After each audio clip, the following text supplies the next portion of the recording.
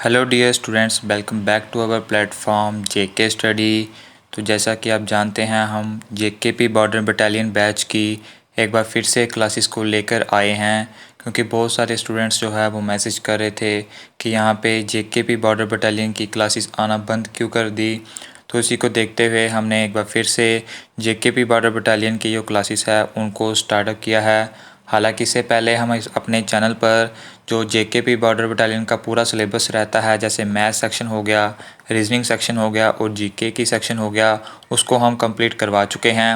लेकिन हम फिर और यहाँ पे क्लासेस को देखते हुए और क्लासेस लेकर आएंगे और आपको और क्वेश्चंस यहाँ पे करवाएंगे जब तक आपका एग्ज़ाम जो है वो यहाँ पे नहीं हो जाता। तो आज से आपको यहाँ पे डेली क्लासेस इस चैनल पर देखने को मिलेंगी रिगार्डिंग जेकेपी बॉर्डर बटालियन के लिए। और आज से जो भी क्लासेस रहेंगी वो हर एक क्लास आपके लिए इम्पोर्टेंट रहने वाली है, क्योंकि हम उसमें जो भी आपके इम्पोर्टेंट क्वेश्चंस रहेंगे वो हम यहाँ पे डिस्कस करते हुए चलेंगे, क्योंकि हमने ओवरऑल सिलेबस को कंप्लीट कर लिया है और आपने भी यहाँ पे अच्छी तैयारी की होगी, इसलिए आपको ये प्रैक्टिस क्वेश्चन जो है वो ईजी यहाँ पे लगेंगे और आपको इसी प्रैक्टिस क्वेश्चन की ज़रूरत है। अगर आप इन प्रैक्टिस क्वेश्चंस को कर लेते हैं तो एग्ज़ाम में भी आप अपने क्वेश्चंस को जो है वो कर लेंगे। तो जितने भी आने वाली क्लासेस हैं उन क्लासेस को आप अब स्किप आउट मत करना, क्योंकि आपका जो एग्ज़ाम है वो कभी भी हो सकता है, वो अभी तक किसी को कुछ पता नहीं है। तो आपका एग्ज़ाम जो है वो जल्द ही हो जाएगा। तो आप बस इन क्वेश्चंस को देखते रहिए। तो आज जो हम शुरुआत कर रहे हैं वो मैथ के प्रैक्टिस क्वेश्चन सीरीज़ 1 से कर रहे हैं, यानी कि इस सीरीज़ में आपके मिक्स क्वेश्चंस रहेंगे हर एक चैप्टर से, जो आपके इम्पोर्टेंट रहने वाले हैं। और वो उन क्वेश्चंस को हम डिस्कस करते हुए चलेंगे विद शॉर्ट ट्रिक्स, और पूरे कंसेप्ट के साथ हम इन क्वेश्चंस को करेंगे। और एक और बात, जिन कैंडिडेट्स ने इन क्वेश्चंस को कर लिया, यानी मैथ को जिस कैंडिडेट्स ने अच्छे से कर लिया वही सिलेक्शन लेकर जाएगा, क्योंकि जो जीके का सेक्शन है वो काफ़ी वाइड रहता है, उसमें से कोई पता नहीं कि कहाँ से क्वेश्चंस आपको पूछ ले। लेकिन जो मैथ की सेक्शन रहती है उसमें से आपको जो क्वेश्चंस है वो वही पैटर्न पर आते हैं और उन्हीं कंसेप्ट में से आते हैं जो आपने यहाँ पे पढ़े होते हैं। तो इन सभी को देखते हुए आपका जो मैथ का सेक्शन है वो इम्पोर्टेंट रहता है, तो उन्हीं क्वेश्चंस को हम करते हुए चलेंगे। तो चलिए यहाँ पे शुरू करते हैं आज के हमारे फर्स्ट क्वेश्चन के साथ। और आज का हमारा फर्स्ट क्वेश्चन कहता है, the average of 25 observations is 13। It was later found that an observation 73 was wrongly entered as 48, the new averages। तो इस क्वेश्चन में सबसे पहले आपको देखना है कि कहता क्या है। तो यहाँ पे कहता है कि 25 ऑब्जर्वेशन का जो एवरेज है वो 13 दिया हुआ है आपको, लेकिन बाद में पता चलता है कि उन 25 ऑब्जर्वेशन में से हमने एक ऑब्जर्वेशन को रॉन्गली रीड कर लिया था, यानी यहाँ पे 73 आना चाहिए था, वहाँ हमने 48 को एंटर कर लिया, जिस वजह से जो हमारी एवरेज आई थी 13 वो सही एवरेज नहीं है और हमें निकालनी है द न्यू एवरेज, यानी हमें उस एवरेज को ठीक करके सही एवरेज को निकालना है। तो इन क्वेश्चंस को करने का क्या पूरा रहता है वो हम देखेंगे। हालांकि इस टाइप के क्वेश्चंस हमने ऑलरेडी किए हुए हैं, तो फिर भी हम क्वेश्चंस को भी करेंगे। आपका यहाँ पे मेन मोटिव मैथ सेक्शन में ये रहना चाहिए कि आपको क्वेश्चंस देखकर समझ आ जाना चाहिए कि ये किस चैप्टर से क्वेश्चन है और ये उसकी किस टाइप से क्वेश्चन है। अगर आपको टाइप का पता नहीं चलेगा तो आप कंफ्यूज हो जाओगे कि इस टाइप के क्वेश्चंस में आपको क्या मेथड यूज़ करना है। हालांकि आपको पता चल जाएगा कि ये एवरेज का क्वेश्चन है, लेकिन इसमें कैसे करना है वो आप इसको डिफ्रेंशिएट नहीं कर पाओगे जब तक आपको उस टाइप का बारे में पता नहीं होगा। तो इन टाइप्स के क्वेश्चंस को कैसे करते हैं वो हम यहाँ पे देखेंगे। तो सबसे पहले आपको यहाँ पे जो भी ऑब्जर्वेशन दी है 13 जैसे दी है उसको यहाँ पे लिख लेना है, और उसके बाद आपको देखना है कि इस क्वेश्चन में दिया क्या गया है। और यहाँ पे दिया है कि हमने 73 लिखना था, लेकिन हमने वहाँ पे 48 लिख दिया, यानी हमने कितना कम लिख दिया, तो हमने 25 को कम लिख दिया, यानी इसमें इस पूरी ऑब्जर्वेशन में 25 और ऐड होने थे, तो वो हमारी न्यू एवरेज निकल कर आनी थी। तो इसमें आपको एक यहाँ पे कंसेप्ट याद रखना है। तो सबसे पहले आपको जो भी एवरेज दी होगी उस एवरेज को लिख लेना है। उसके बाद आपको देखना है कि इनका जो डिफरेंस है वो प्लस में आ रहा है जहाँ माइनस में आ रहा है, यानी इसमें जो है वो बढ़ना चाहिए था जहाँ फिर घटना चाहिए था। तो इस क्वेश्चन में आप देख सकते हैं कि 25 जो है वो प्लस होना चाहिए था। तो अगर यहाँ पे अगर बढ़ता है तो यहाँ पे आपको प्लस लिख लेना है, लेकिन अगर यहाँ पे यहाँ पे 25 माइनस हो रहा होता तो फिर यहाँ पे हम माइनस लिखते, लेकिन यहाँ पे प्लस हो रहा है तो हम प्लस लिखेंगे। और उसके बाद आपको यहाँ पे लिखना है कि कितना प्लस हो रहा है और अपान आपको कर देना है कि कितनी ऑब्जर्वेशन टोटल रही थी। तो टोटल ऑब्जर्वेशन 25 थी, तो नीचे हमने 25 लिख लेना है। और जब इसको हम सॉल्व आउट करेंगे तो ये हमारे पास ऐसे निकल कर आएगा 25/25। और जब हम इसको काटेंगे तो ये 1 से कट जाएगा और 13 + 1 हमारे पास निकल कर आ जाएगा 14। और 14 जो है वो ऑप्शन नंबर 2 आपका राइट आंसर यहाँ पे रहने वाला है। तो ये थी इस क्वेश्चन को करने का कंसेप्ट रहता है। और ईज़िली अगर आपको ये कंसेप्ट पता होगा तो आप 40 सेकंड के अंदर इस क्वेश्चन को आराम से यहाँ पे सॉल्व आउट कर लेंगे। तो इस क्वेश्चन को हमने कैसे किया है वह फिर से देखते हैं। तो सबसे पहले आपको देख लेना है कि पुरानी जो एवरेज थी ऑब्जर्वेशन की वो कितनी आई है, तो वो 13 आई है। उसके बाद आपको चेक करना है कि जो यहाँ पे 73 और 48 है उसमें से यहाँ पे बढ़ रहा है कि घट रहा है। बढ़ने और घटने का मतलब ये है कि जो हमने एंटर की है वो यहाँ पे हमें और ज़्यादा एंटर करनी चाहिए थी, जहाँ हमने ज़्यादा एंटर कर ली है तो वो यहाँ पे देखना है। तो यहाँ पे हमने 73 को एंटर करना था जो कि हमने 48 कर दिया है, तो +25 हमें और एंटर करनी थी, तो इसलिए यहाँ पे प्लस आएगा। फिर हमें यहाँ पे लिखना है कि हमें कितनी एंटर करनी थी, तो वो 25 आ जाता है। और नीचे आपको लिखना है कि टोटल ऑब्जर्वेशन कितनी थी, तो वो टोटल ऑब्जर्वेशन नीचे आ जाएगी। और जब हम इसको हम सॉल्व आउट करेंगे तो इसलिए आप यहाँ पे दे सकते हैं 13 + 1 14 होता है, वही आपका यहाँ पे राइट आंसर आ जाएगा। तो बिल्कुल एक यहाँ पे ईजी कंसेप्ट है। इस ईजी कंसेप्ट को फॉलो करके आप ईज़िली इन क्वेश्चंस को जो है वो सॉल्व आउट कर सकते हैं। तो नेक्स्ट क्वेश्चन की तरफ हम बढ़ते हैं। तो नेक्स्ट क्वेश्चन यहाँ पे आप देख सकते हैं, जो क्वेश्चन रेशियो से आया है वो इस क्वेश्चन को आप इजीली यहाँ पे कर सकते हैं।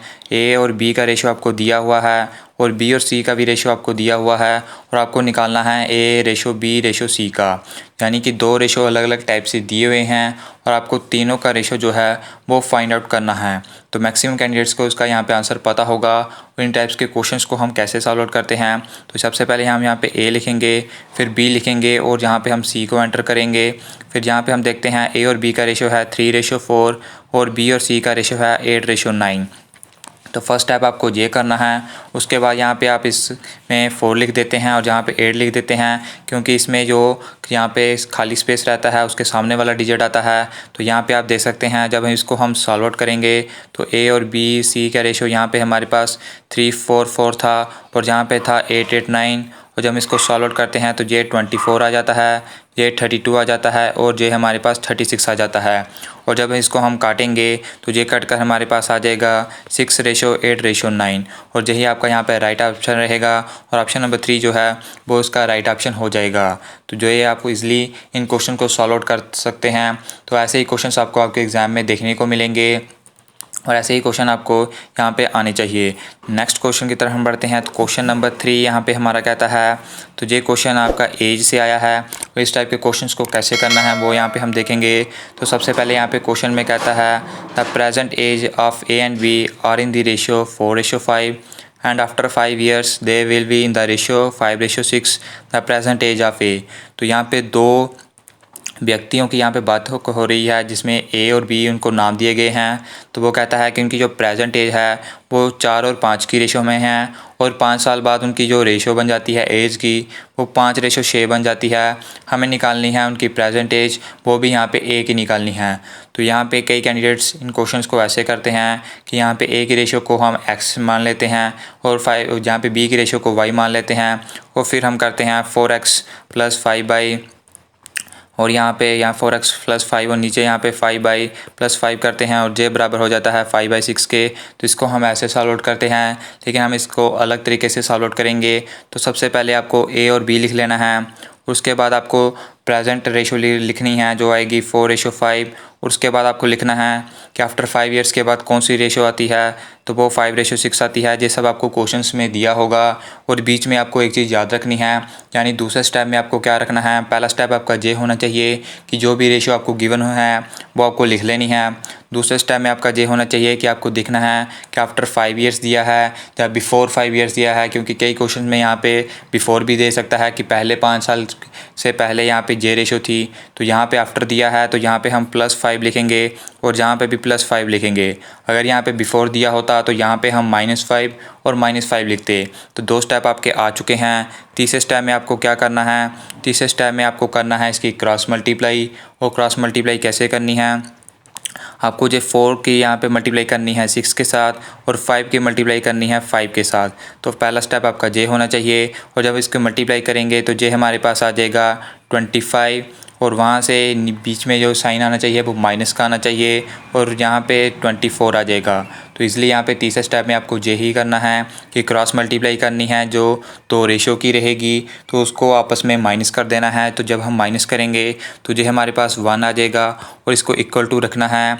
फिर हमें 4th स्टेप में यहाँ पे फिर से क्रॉस मल्टीप्लाई करनी है, लेकिन इस बार जो हमारी क्रॉस मल्टीप्लाई होनी चाहिए वो होनी चाहिए यहाँ पे 5 और 6 के बीच में और 5 और 5 के बीच में, यानी जो भी आफ्टर वाला था उसके बीच में यहाँ पे क्रॉस मल्टीप्लाई जो है वो यहाँ पे होनी चाहिए। तो जब इसको हम करेंगे तो जे हमारे पास आ जाएगा कितना, 6 और 5 30 होता है और यहाँ पे माइनस करेंगे हम 5 5 25 को तो जो हमारे पास निकल कर आ जाएगा 5 और जहाँ से हमारी एक रेशो की वैल्यू निकल कर आ जाएगी 1:5। और फिर हमें देखना है कि हमें क्वेश्चन में पूछा क्या है। तो क्वेश्चन में हमें पूछा है प्रेजेंट एज ऑफ ए की, तो ए की प्रेजेंट एज जो है वो 4 रेशो में थी और 1 रेशो की वैल्यू जो है वो 5 के बराबर होती है और 4 रेशो की वैल्यू जो है वो बराबर आ जाएगी आपके 20 के। तो जहाँ पे हमारा जो राइट ऑप्शन रहेगा वो रहेगा ऑप्शन नंबर 2 20 ईयर्स। हालांकि इसमें आपको थोड़ा सा कॉम्प्लिकेटेड रहेगा क्योंकि ये क्वेश्चंस को ऐसे सॉल्व आउट कर सकते हैं इजीली। तो 4 स्टेप में जो क्वेश्चन जो है वो इजीली सॉल्व आउट हो जाएगा। इसको हम फिर से देखते हैं कि हमने इस क्वेश्चन को कैसे सॉल्व आउट किया। तो सबसे पहला स्टेप आपका जे रहना चाहिए कि आपको लिखना है कि जो कौन कौन से व्यक्ति यहाँ पे दिए हैं और उनकी रेशो क्या है। तो आप यहाँ पे दे सकते हैं 4:5 था और था 5:6। पहला स्टेप आपका जे रहना चाहिए कि आपको रेशो लिख लेनी है। दूसरे स्टेप में आपको देखना है कि जो बीच में आएगा वो आफ्टर है जहाँ बिफोर है। अगर बिफोर होगा तो माइनस आएगा, अगर आफ्टर होगा तो प्लस आएगा और देखना है कि कितना है। तो +5 ईयर्स यहाँ पे आ जाएगा, तो +5 और +5 यहाँ पे आ जाएगा। दूसरे स्टेप में आपको क्रॉस मल्टीप्लाई करनी है दोनों रेशियो की। तो जब हम यहाँ पे 4 और 6 को मल्टीप्लाई करेंगे और 5 और 5 को मल्टीप्लाई करेंगे तो हमारे पास आ जाएगा 25 - 24। तो बीच में आपको याद रखना है कि माइनस लगाना है और जे हमारे पास आ जाएगा 1 के बराबर। फिर हमें यहाँ पे तीसरे स्टेप में क्रॉस मल्टीप्लाई करनी है। जो बीच वाला यहाँ पे रहेगा 5 और यहाँ पे 6 के साथ और यहाँ पे 5 और 5 के साथ करेंगे तो जे रहेगा 30 - 25 और जे आपका आ जाएगा 5 के बराबर। और एक रेशो की वैल्यू यहाँ पे हमें निकालनी होती है, वो एक रेशो की वैल्यू 5 आ जाती है। और उसी हिसाब से आप जहाँ पे फिर आपको कुछ भी पूछा जाए क्वेश्चन में, चाहे आपकी आफ्टर 5 रेशो की 5 ईयर्स की यहाँ पे पूछी जाए तो वो भी आप यहाँ पे निकाल सकते हैं। जब प्रेजेंट में पूछा जाए वो भी आप निकाल सकते हैं, अगर पास्ट में पूछा जाए तो वो भी आप यहाँ पे इजीली निकाल सकते हैं। तो ये था इसका यहाँ पे पूरा सॉल्व आउट करने का इसको यहाँ पे तरीका। तो 4 स्टेप में आप इजीली इस क्वेश्चन को एज के यहाँ पे क्वेश्चन को सॉल्व आउट कर सकते हैं। अगर फिर भी आपको ये यहाँ पे क्वेश्चन समझ नहीं आया हो तो आप कमेंट सेक्शन में इसे बता दें, हम यहाँ पे फिर से आपको नेक्स्ट पार्ट में इसको यहाँ पे कवर कर देंगे। तो नेक्स्ट क्वेश्चन की तरफ हम बढ़ते हैं। तो नेक्स्ट क्वेश्चन, ये क्वेश्चन आपका मोस्ट इंपॉर्टेंट क्वेश्चन यहाँ पे रहेगा क्योंकि ये क्वेश्चन काफ़ी बार एग्ज़ाम में पूछा गया है और एसएससी जीडी में भी ये जो है वो पिछले जहाँ पे जो एग्ज़ाम हुआ था वहाँ पर भी ये क्वेश्चन जो है वो पूछा गया था। तो क्वेश्चन क्या कहता है, तो यहाँ पे कहता है when 75 is added to 75% of a number the answer is the number, find 40% of that number. तो यहाँ पे कहता है कि जब हम 75 को ऐड करते हैं किसी नंबर के 75% में तो हमारा आंसर आता है वही नंबर जिस नंबर के साथ हमने यहाँ पे उसमें 75 को ऐड किया है। तो हमें उस नंबर का 40% निकालना है। तो इस क्वेश्चन में सबसे पहले आपको इक्वेशन बनानी होती है। इक्वेशन क्या है, तो यहाँ पे कहता है 75% ऑफ ए नंबर, ऑफ का मतलब यहाँ पे मल्टीप्लाई रहता है, नंबर के साथ करेंगे और बीच में हम 75 को ऐड करेंगे तो हमारा आंसर आ जाता है वही नंबर हमारा n है। तो फिर हमें निकालना है 40% ऑफ डैट नंबर, यानी हमें आंसर निकालने के लिए n की वैल्यू चाहिए होगी और n की वैल्यू हम निकालेंगे इस इक्वेशन से। तो वो कैसे निकलेगी वो हम यहाँ पे देखेंगे। तो 75% हमें दिया हुआ है, तो 75% को हम यहाँ पे 75/100 लिखेंगे। ऑफ का मतलब यहाँ पे मल्टीप्लाई n आ जाएगा, प्लस हम 75 करेंगे जो कि हमें दिया हुआ है और बराबर हमारा n क्या आ जाएगा। तो जब हम इसको हम काटेंगे तो ये 25 से कटेगा 3 टाइम्स, ये कटेगा 4 टाइम्स, और जब हम इसको साथ मल्टीप्लाई करेंगे तो ये हमारे पास 3n/4 आ जाएगा प्लस 75 आ जाएगा इक्वल टू हमारा n रहेगा। उसके बाद यहाँ पे जो 4 को हम इसके साथ मल्टीप्लाई करेंगे इक्वेशन बैलेंस के लिए, तो ये हमारा यहाँ पे 3n रहेगा, और यहाँ पे 75 जब 4 के साथ मल्टीप्लाई होगा तो वो 300 बनेगा, और अब जो 4 है वो सबके नीचे आ जाएगा और बराबर होगा n के, और फिर 4 जो है वो नेक्स्ट स्टेप में इसके साथ चला जाएगा, तो ये हमारा बन जाएगा 3n + 300, और जहाँ पे हमारा आ जाएगा 4n, और जब हम 4n में से अब 3n को माइनस करेंगे तो हमारे n की जो वैल्यू है वो 300 यहाँ पे आ चुकी है। हमें निकालना है 40% ऑफ डेट नंबर, तो यहाँ पे नंबर है 300, तो यहाँ पे 2 0 कट होंगे और 40 को यहाँ हम 3 के साथ मल्टीप्लाई करेंगे तो जो हमारा आंसर आएगा वो 120 जो है वो हमारा राइट आंसर यहाँ पे आ जाएगा, जो कि ऑप्शन नंबर 3 है। तो इसलिए आप यहाँ पे इन क्वेश्चंस को कर सकते हैं, बस आपको इक्वेशन बनाने आने चाहिए कि क्वेश्चन में यहाँ पे क्या पूछा है।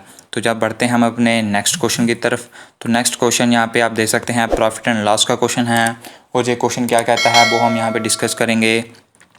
तो क्वेश्चन कहता है by selling an article for 240 a man incurs a loss of 10%, at what price he should sell it so that he makes a profit of 20%।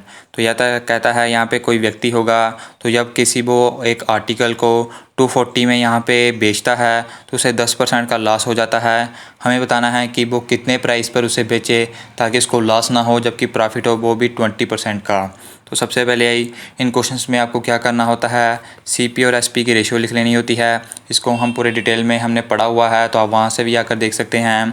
तो यहाँ पे लॉस दिया हुआ है 10%, 10% का मतलब होता है 1/10, और जब भी लॉस आपको दिया हो तो आपको पता होता है नीचे वाली यहाँ पे CP होती है, और जब लॉस दिया हो तो ऊपर से वो माइनस होता है, तो 10:9 हमारी रेशियो आ जाएगी। और हमें पहले CP और SP की रेशियो बनानी होती है फर्स्ट स्टेप में, ये आपको याद रखना है। फिर यहाँ पे प्रॉफिट दिया है 20%, 20% बराबर होता है 1/5 के, नीचे वाली हमेशा CP रहती है तो ये 5 आ जाएगा, और जब प्रॉफिट दिया हो तो ऊपर में वो प्लस होता है तो यहाँ पे आ जाएगा 6। तो फर्स्ट टाइम में आपकी CP और SP की रेशियो आ चुकी है। अब हमें यहाँ पे क्या देखना है, तो हमें देखना है कि हम यहाँ पे उसको कितने में बेचें कि वो यहाँ पे हमारा प्रॉफिट हो। तो यहाँ पे हमने क्या कर लेना है, CP को यहाँ पे बराबर कर लेना है, और जब CP को बराबर करेंगे तो हमारा क्या आ जाएगा, तो यहाँ पे CP को बराबर करने के लिए इसको हम 2 के साथ मल्टीप्लाई करेंगे, क्योंकि हमने दोनों CP को जो है वो बराबर करना है। तो हम इसको भी हमें 2 के साथ मल्टीप्लाई करना पड़ेगा, तो जो हमारी न्यू रेशियो आएगी वो कितनी आ जाएगी, तो वो यहाँ पे आप देख सकते हैं CP और SP की रेशियो यहाँ पे 10 थी, यहाँ पे थी हमारी 9, यहाँ पे भी 10 आ जाएगा, और जहाँ पे हमारे पास 12 आ जाएगा। तो ये थी यहाँ पे जो हमारी दूसरे स्टेप में CP और SP की रेशियो, CP की रेशियो बराबर हो चुकी है, यानी आपको स्टेप बाय स्टेप चलना है। पहले स्टेप में आपको CP और SP की रेशियो लिख लेनी है, चाहे वो लॉस परसेंट में दिया हो चाहे प्रॉफिट परसेंट में दिया हो। दूसरे स्टेप में आपको ये CP को यहाँ पे बराबर करना है, और तीसरे स्टेप में आपको क्या करना है, आप यहाँ पे देखना है कि 240 में जब हम बेच रहे थे तो हमें 10% का लॉस हो रहा था, यानी कि हम 9 रेशियो में जब बेच रहे थे तो हमें 240 का लॉस हो रहा था, तो 9 रेशियो यहाँ पे 240 के बराबर आ जाएगी, और यहाँ पे हमें एक रेशियो की वैल्यू निकालेंगे तो 240/9 आ जाएगी, और हमें निकालनी है यहाँ पे 12 रेशियो की वैल्यू। यहाँ पे ये न्यू रेशियो है SP की, तभी हम प्रॉफिट निकाल सकेंगे 20% का। तो हम जहाँ पे निकालेंगे तो ये हमारे पास आ जाएगा 240/9 इंटू 12 हमारे पास आ जाएगा, और जब इसको हम काटेंगे तो 339 होगा, 3412 होगा, और जब इसको काटेंगे तो ये 80 के साथ जाएगा, और 80 को 4 के साथ मल्टीप्लाई करेंगे तो 320 जो है वो हमारा राइट आंसर आ जाएगा, जो कि ऑप्शन नंबर 4 है। तो इस तरह से आप इन क्वेश्चंस को कर सकते हैं। हमने डिटेल में पढ़ा हुआ है कि इन टाइप्स के क्वेश्चंस को कैसे सॉल्व आउट करते हैं, तो आप यहाँ पे दे सकते हैं। फर्स्ट स्टेप में आपको रेशियो बनानी है, सेकेंड स्टेप में आपको यहाँ पे CP को बराबर करना है, तीसरे स्टेप में आपको देखना है कि आपको गिवन में क्या दिया हुआ है। तो यहाँ पे सेलिंग SP दिया हुआ था, जब आपको लॉस हो रहा था तो वहाँ पे आपको उस रेशियो को बराबर कर लेना है। कैसे बराबर करना है वो हम यहाँ पे देख चुके हैं, और फिर हमें देखना है कि हमें निकालना क्या है, फिर हमें उस रेशियो को यहाँ पे फिर इक्वल कर देना है, तो वो हमारा यहाँ पे निकल कर आ जाएगा। तो ये सबसे बेस्ट मेथड रहता है। अगर आप यहाँ पे इस मेथड में परफेक्ट हैं तो आप इजीली यहाँ पे 40 सेकंड में इन क्वेश्चंस को निकाल सकते हैं। अदरवाइज़ अगर आप दूसरे मेथड से जाएंगे तो आपको 2 से 3 मिनट इजीली यहाँ पे लग सकते हैं। तो बढ़ते हैं यहाँ पे हम नेक्स्ट क्वेश्चन की तरफ। तो नेक्स्ट क्वेश्चन यहाँ पे कहता है successive discount of 10 and 30% are equivalent to single discount. तो यहाँ पे आपको बताना है कि अगर आपको किसी यहाँ पे आप दुकान में जाते हैं और आपको 2 डिस्काउंट मिलते हैं 10% और 30% का, आपको बताना है कि वो एक डिस्काउंट किसके बराबर यहाँ पे होता है। यानी कि जो 2 डिस्काउंट को अगर हम एक डिस्काउंट में तब्दील करें तो वो कितना निकल कर आएगा, वो आपको बताना है। तो इन क्वेश्चंस को करने का यहाँ पे एक सबसे शॉर्टकट मेथड ये रहता है, यहाँ पे जो होगा x plus by minus x into by 100। तो जे आपका यहाँ पे रहता है सबसे बेस्ट मेथड, और x की वैल्यू आपकी जे आ जाएगी, y की वैल्यू आपकी जे आ जाएगी, और यहाँ पे अगर आप पुट करोगे तो यहाँ पे आप दे सकते हैं 10 + 30 आएगा, फिर मल्टीप्लाई यहाँ मल्टीप्लाई नहीं यहाँ पे आएगा, यहाँ पे आपका माइनस, और फिर यहाँ पे आएगा 10 × 30/100 आएगा। जब आप इसको सॉल्व आउट करेंगे तो ये आपके पास 40 बनेगा, माइनस बनेगा 300/100, और जब इसको आप काटेंगे तो ये 3 के साथ जाएगा, और 40 में से 3 माइनस करेंगे तो 37 जो है वो आपका राइट ऑप्शन यहाँ पे निकल कर आ जाएगा। तो ये तो एक मेथड रहता है, एक शॉर्टकट मेथड। अगर आपको दूसरे मेथड से करना है तो वो क्या है, तो सबसे आप यहाँ पे देखेंगे 10% डिस्काउंट है, 10% बराबर होता है यहाँ पे 1/10 के। तो 1/10 हम यहाँ पे लिख लेंगे, तो ये हमारा 1/10 आ चुका है। और यहाँ पे नीचे वाला यहाँ पे आपकी क्या रहती है, एमपी रहती है, और यहाँ पे रेशियो एमपी और किसका आता है, एसपी का आता है। तो 10/9 आ जाएगा, क्योंकि यहाँ पे डिस्काउंट में माइनस होता है। और अगर हम 30% का देखेंगे तो ये 10/7 आ जाएगा, और जब इसको करेंगे तो ये 100 में से यहाँ पे आ जाएगा कितना आपका, ये आ जाएगा 63। और यहाँ पे आप देख सकते हैं कि यहाँ पे कितने का डिस्काउंट आपको मिल रहा है ओवरऑल, तो ओवरऑल आपको 37% का यहाँ पे डिस्काउंट जो है वो मिल रहा है। तो इन टाइप्स के क्वेश्चन को आप ईज़िली ऐसे यहाँ पे कर सकते हैं। तो ये हमने पूरा यहाँ पे अच्छे तरीके से इसको कवर अप किया हुआ है। तो फ़िलहाल इसके फर्स्ट पार्ट में यहाँ पे इतने ही क्वेश्चंस हम करते हैं, बाकी क्वेश्चंस हम नेक्स्ट पार्ट में करेंगे। तो आपके हर एक पार्ट में यहाँ पे आपके बेस्ट क्वेश्चन यहाँ पे हम लेकर आएंगे। हमने यहाँ पे बहुत अच्छे से इन क्वेश्चंस को किया हुआ है। अगर आपका फिर भी यहाँ पे डाउट रहता है इन क्वेश्चंस के रिलेटेड तो आप कमेंट सेक्शन में ज़रूर बताना। हम नेक्स्ट पार्ट में उन डाउट्स के आपको यहाँ पे ज़रूर सॉल्व आउट करेंगे। तो अगर आपको यहाँ पे ये क्वेश्चंस अच्छे लगे हों, हमारे मेथड अच्छे लगे हों, तो इस वीडियो को लाइक यहाँ पे ज़रूर करें। और आप चाहते हैं बाकी यहाँ पे जो सब्जेक्ट्स हैं उनकी क्लासेस भी कंटिन्यू रहें, और आपको रोज़ ही ऐसे प्रैक्टिस क्वेश्चन हम लेकर आएँ जो भी आपके लिए इंपॉर्टेंट रहने वाले हैं। तो आप कमेंट सेक्शन में वो ज़रूर बताएँ। और अगर आपको यहाँ पे एसएससी जीडी का बैच भी यहाँ पे चाहिए तो वो भी आप कमेंट सेक्शन में यहाँ पे बता सकते हैं, क्योंकि काफ़ी यहाँ पे स्टूडेंट्स एसएससी जीडी के लिए भी बोल रहे हैं। तो अगर आप यहाँ पे सभी लोग इंटरेस्टेड हैं तो हम उसका बैच यहाँ पे ज़रूर लेकर आएंगे। तो फिलहाल इस पार्ट में इतना ही, मिलेंगे अभी आपको हम नेक्स्ट पार्ट में।